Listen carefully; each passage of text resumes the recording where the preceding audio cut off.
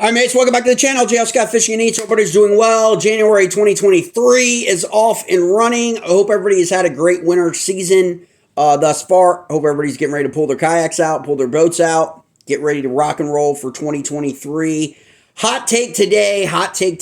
Okay, this one's kind of heavy. Fishing apps. Things you should know, okay? Based on experiences from people.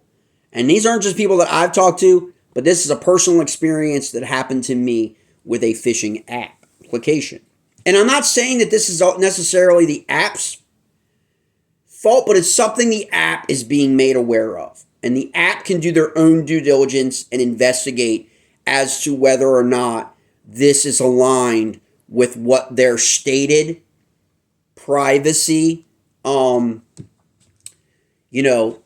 parameters are, that whenever any app that you have, okay, and a lot of people focus on their data. A lot of people in the beginning, now things have gotten a little bit better in the fishing app world, but initially people always worried about how their data was being used. And most people think about that data in terms of catches, because if you're part of the catch photo release generation, okay, in the last decade, there are more and more people that are catching, photo, and releasing fish and using fishing apps for tournaments, right? Or maybe just logging their own on the fish log, because some of the apps have fish log, where you can just log your best catches. Okay? What happens to that information, right? And again, I'm not saying it's necessarily the app's responsibility, other than they're providing and they're promoting that it's secure.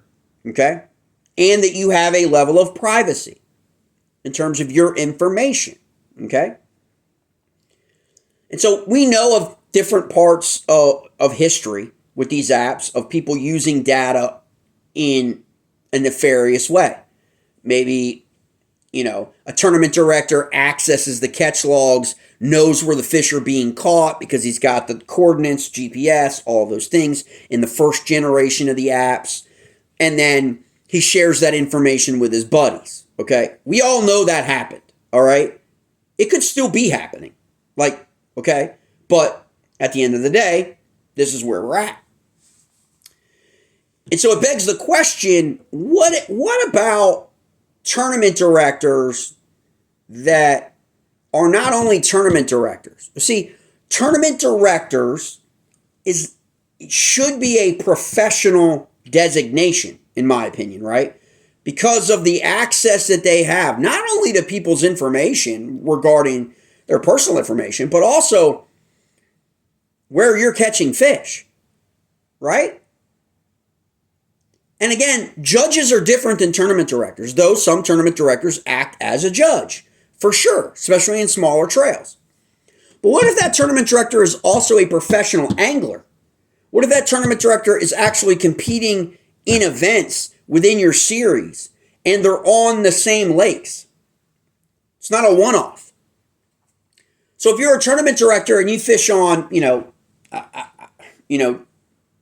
Gunnersville, right?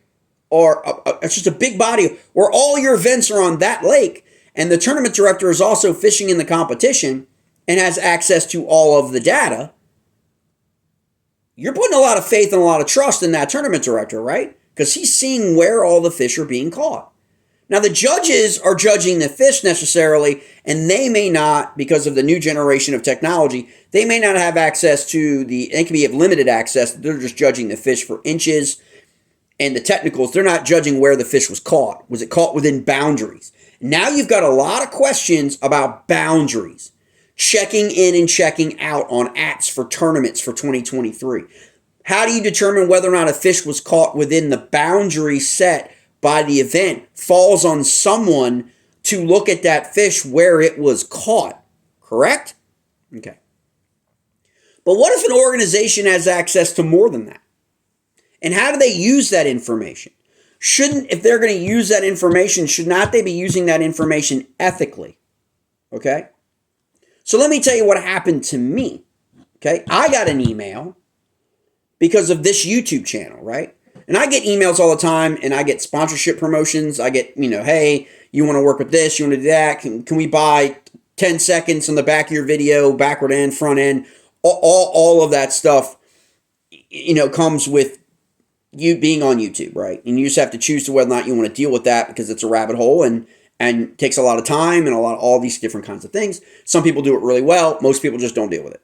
Most people are just like, so you get that all kind of stuff. Well, I got a message, and I thought it was really strange.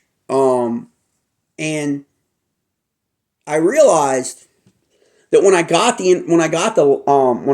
email, that it basically was a copy of a letter that was coming to me, okay, in the mail. But they sent an email kind of ahead of time, right? But it was the same exact thing. Everything that was in the email was actually being mailed to me, and that's what the email said. They were mailing this, right, with regards to this channel. Okay? And I looked at the address, I looked at the name, and I looked at the address, and I was like, well, I'm not going to get that. Like, and I was just like taken back. So first of all, I was taken back by the letter to begin with, because it just, basically on the information and everything, I was just kind of like, okay, that's not the information that I have. But in any case, this organization was reaching out, and I was just like, how would they get that information? They didn't contact me directly. They clearly have my phone number. If they've got my address, they've got my phone number, right? Like, right? Why wouldn't they reach out directly? Pick up the phone, call me, and say, hey, like most people do. Like most businesses contact one another. I mean, look right now in the national kayak scene. You've got the three heads of the national kayak scene talking to one another about rules and about all the different things, right? Okay. Now, I don't know if MLF and Bass talk to each other anymore. Okay. I don't know. But like there's a respect and a professionalism that should exist in the community, right? So I got it, and I was just kind of like, whatever. Okay, whatever. But I'm like, it stuck with me for a while. Like, I was like, wait a second. Like, where does information come from? Right? Well, mates, the information came from a phishing app. Because only on that phishing app do I use my nickname. Okay? And the address used,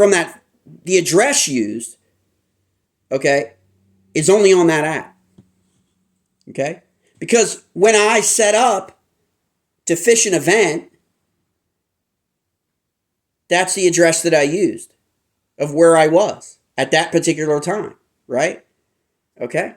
Thinking, okay, what do we all think? Well, they're going to have to track you down if you actually get a check cut, right? And they're going to mail you a check. So that's where you are. That's the check, right? Thinking, hey, you're going to get paid in 7 days, 14 days? Like, is that like the standard? Okay, like, okay, well, this is where it'll be. Okay. So I was like, wait, that address isn't attached to me anywhere. Like, think about that, mates. That address isn't part of my credit report. That address isn't part of a title, a deed. That address isn't part of an employment, any kind of employment interaction. That address is not public record having anything to do with me. Okay? At all. So think about this.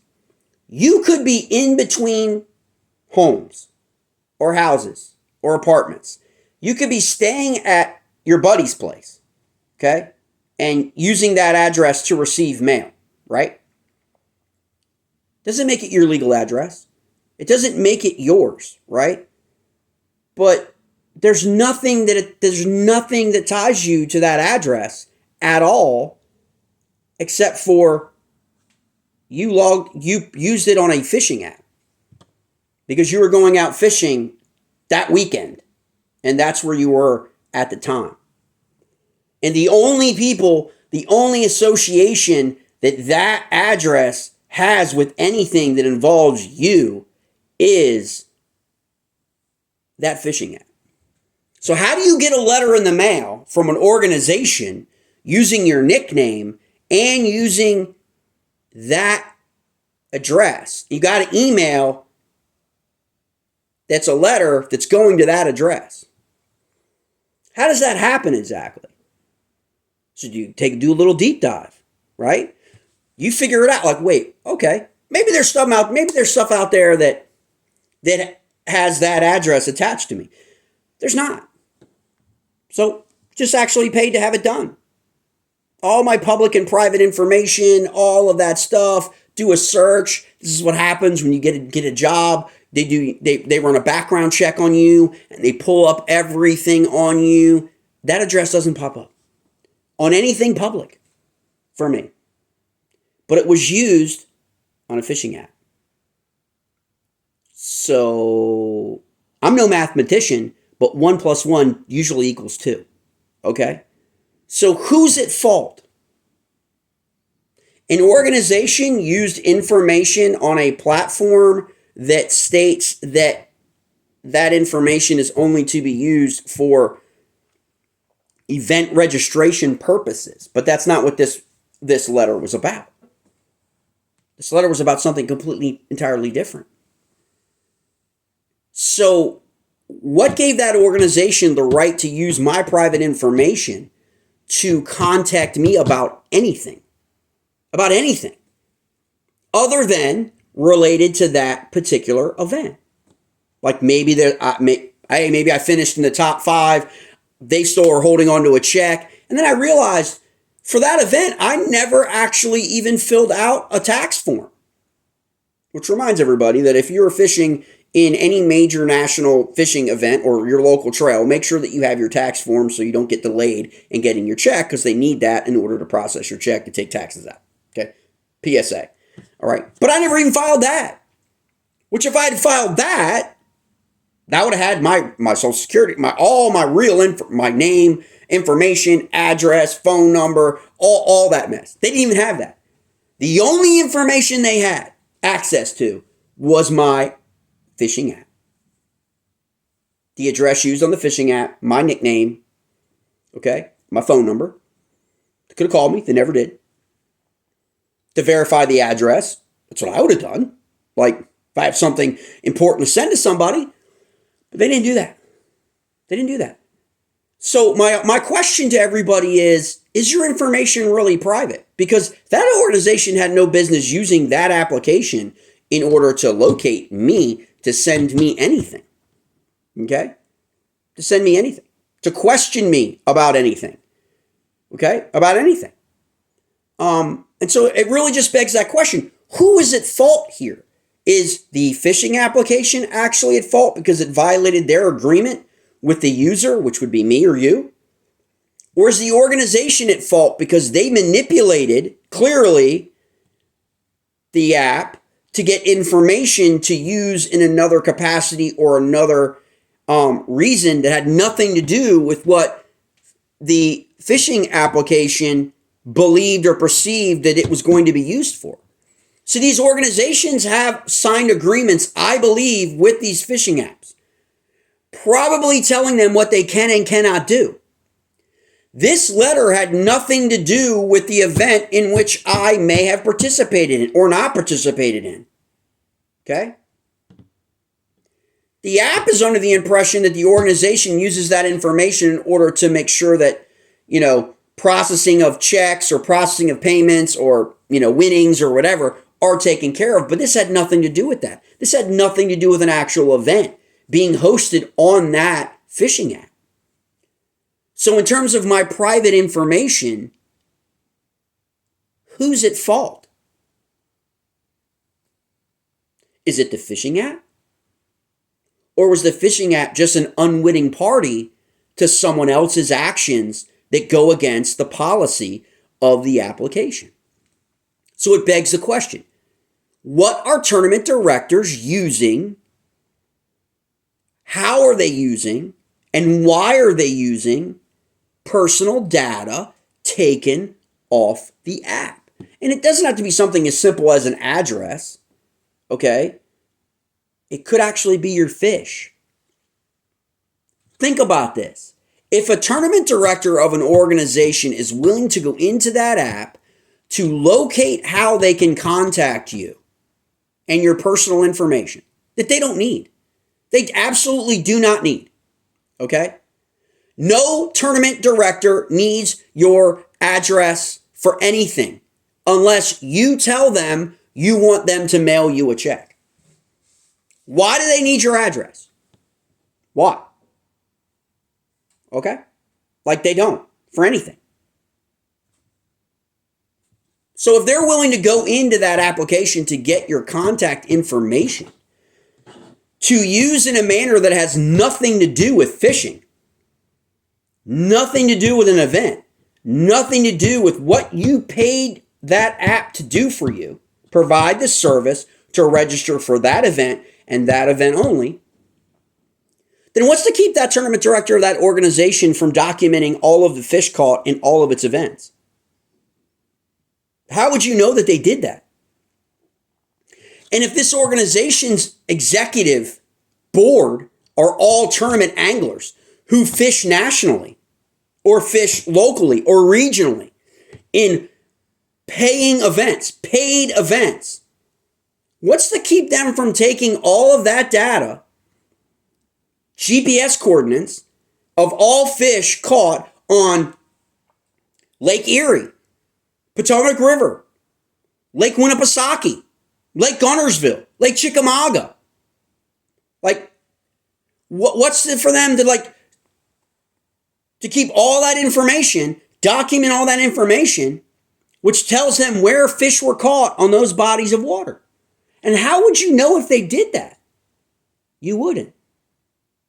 So again, this is why people who run tournaments, tournament directors, should not be fishing in their events. Right? Because if they are, there's always going to be that level of, especially if he wins, right? If he wins, repeatedly wins, finishes in the top 3, right? There's always going to be that. And you hear that all the time. Just like you hear all the time of people communicating with each other on the water and they both finish in the top 5, right? How are you going to prove that they communicated with each other on the water without a polygraph? You're not going to be able to prove that. Most kayaking rules and fishing rules, with the exception of television, seeing it on TV, a live stream or on TV, MLF, Bass, can't be enforced. You don't know.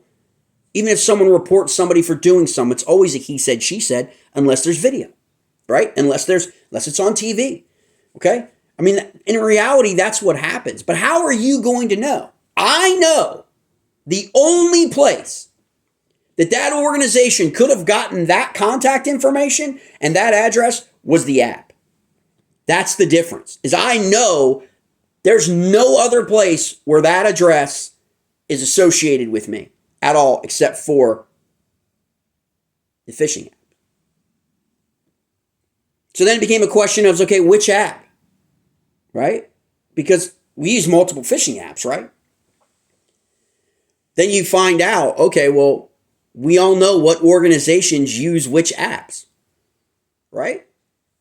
Am I right? So you know which organizations use which apps. 1 + 1 = 2, mates. Like, it's not hard to figure out. So the question remains, at what level of trust exists with that fishing app? If they allowed an organization to go into your account, and they probably didn't know, in fairness to them, to the fishing app, okay? My argument really isn't with the fishing app in terms of, it is with security, like, because you're supposed to protect our private information. What's to keep another entity from creating a trail, right? And then getting into people's private data? Like, I'm just saying, that could be nefarious. This organization went into that account and pulled information out to use for their own purposes off the fishing application's stated privacy for its own personal gain or its own, whatever. that had nothing to do with the phishing app, nothing to do with phishing, nothing to do with an event, nothing to do with anything that had anything to do with that app. But they used the information that they secured from that app to do what they did. Who's at fault? Okay? And so that's the question I leave to my audience, because I don't really know the answer to that question. I know I'll most likely pick up the phone and call the individual who, well known for that particular phishing app and be like, hey, bud, like, this is what happened to me. You have two options. You can ignore me, or you can follow up with the organization and find out how is it, why is it they used information, and then take your actions that are the phishing app. Now, what actions can be taken? I'm not going to take, like whatever, okay? Most people be like, it's no big deal. Yeah, it's no big deal until it's something larger, or it's no big deal until it happens to you, okay? When your privacy and you're like, wait, what? Again, you're paying for that service. You could be a member of that phishing app. You're paying for an event, and you're giving, and this is why a lot of people are always complaining about, why aren't people using their real names on these phishing apps? Or, they're creating these, whatever. Okay, well, maybe because they don't want anybody to know who they are, right? Like, because they're worried about their own stuff getting out there. And this is an example of how it can happen. So what should the application do to that organization? Should they throw that organization off their app and just be like, listen, we can't have this happen. We can't allow organizations to use information that is supposed to be secure and private for their own benefit. It's the equivalent of selling it to a third party. Okay? Selling your information, right? And if an organization is willing to do that, right, then what else are they willing to do? How far is that tournament director willing to go with all that information that they have at their disposal? And again, I'm not talking about judges, because judges can have access to different things. They don't have to have full access to everything. So what should the application do, mates? Like, should they just ban that organization from the phishing app? Find that, I don't know what the agreement is between the phishing application and the organizations that are on the application of things they can and cannot do. What are the agreement? All that kind of stuff. I don't know, but I do know that the phishing app is not to allow personal information like that to be revealed unless it pertains to that specific event that's being registered, right? That you're registering for. Like I said before, maybe to get in contact with you or to send you a check or whatever, some kind of waiver, some kind of form, some kind of insurance thing, whatever that is, there's your information, okay? But it's not to be used to, to influence an individual, to provide offer to an individual, or to contact an individual for sponsorship, or all that stuff has nothing to do with phishing applications. They are meant to serve just tournaments, and that's it. And so that's my hot take, is where do we really stand with these phishing applications? And those of you out there who know these individuals who run these phishing apps, if you want to have them reach out and call me to have a call and let me explain to them and walk them through my experience of what happened with regard to this particular instance and circumstance, I'm more than willing to do that. I'm more than willing to talk to anyone that will make this go away so it doesn't happen to anybody else. That no one else has to worry about their private information, or supposedly private information, being out there to different people, right? Off the site that they got from the phishing application. So ask questions of your tournament directors, of your local trails. Ask questions of your regional trails. Make sure that your information is private. Make sure what they're doing with your information. Make sure they're not selling that information to third parties. Make sure they're not providing that information, using it for anything other than what it is for that event. And if that organization is doing that, they're fine. If they're following the guidelines, they're absolutely in alignment with what the phishing applications require. But if they deviate from that and they get into these other areas, there's a problem. And it's a problem for the phishing app as well, okay, if it ever goes to the next level, okay, because they're providing a platform and a service that you're paying for. And they're telling you that your information's private. They're telling you that your information's protected, maybe encrypted, whatever it is, okay? And then who has access to that information, right? And what are they using that information for, okay? That is really what needs to be talked about when we talk about these phishing applications. Because I'm telling you what's coming down the pipe. I'm going to do another video after this summit I went to that is going to change phishing completely in the future. Completely in terms of data and data generation, okay? That's out there. That's being sent via a tower back and forth into a cloud back and forth, okay? It is going to completely change a lot of things potentially in phishing because this data is out there. Who's going to capture all this data, okay? Where all these fish are being caught on these devices that are pinging off of towers, okay? I'm just saying it's coming down the pipe. But what are our expectations for these organizations in terms of phishing apps? What's our expectation for these phishing organizations who are putting on these tournaments, who may have access to our personal information? And why would they use that information in a manner that's not professional, right?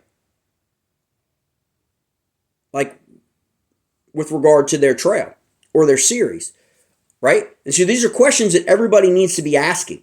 The more and more we use technology, okay, the more and more that we're having to use the technology in order to go about doing what we love to do, and that's to fish, okay? We shouldn't have to be worried about our data. We shouldn't have to be worried about our security, right? Our private security, right?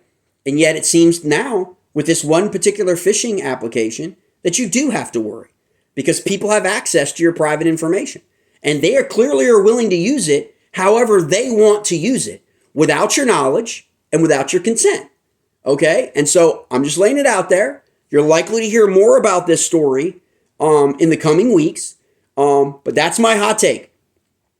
Whichever phishing app you use, read everything in the agreement, okay? And ask questions, mates. Ask questions of your tournament directors.